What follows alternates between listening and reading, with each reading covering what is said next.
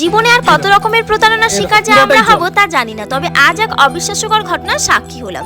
4 কি 5 দিন হবে একটা গ্যাসের সিলিন্ডার লাগিয়ে রান্না করেছি, তবে আজ হঠাৎ করে দেখছি ওভেনটা জ্বলছে না। স্বাভাবিকভাবে ভাবনা অটোমেটিক্যালি মাথায় আসে এত তাড়াতাড়ি কি করে গ্যাস ফুরিয়ে যাবে। তবে আসল সমস্যা তো এর পরেই সৃষ্টি হলো। ওকে যখন দেখতে বললাম ও ভালো করে দেখে বলছে গ্যাস তো নেই, সিলিন্ডারে জল ভরানো আছে।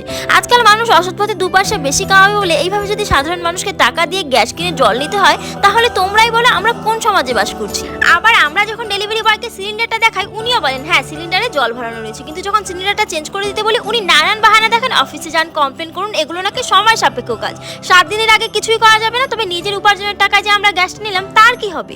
এই 7 দিন আমরা কোথায় রান্না করবো আর কি বা খাবো? আর এই সবেতে না আমরা শুধু এটাই ভাবছিলাম এত বড় ফ্রড করেছে ওরা, কিন্তু শাস্তি পাচ্ছি আমরা। আর বাকি 7 দিন কিভাবে চলবো তার কথা তো বাদই দিলাম। তবে এটাই বলবো যত পারো ভিডিওটাকে শেয়ার করো, যাতে আমার মতো কঠিন পরিস্থিতির শিকার আর কাউকেই না হতে হয়। কারণ আজ আমার সাথে হয়েছে, আর প্রতিবাদ না করলে কাল তোমাদের সাথেও হবে।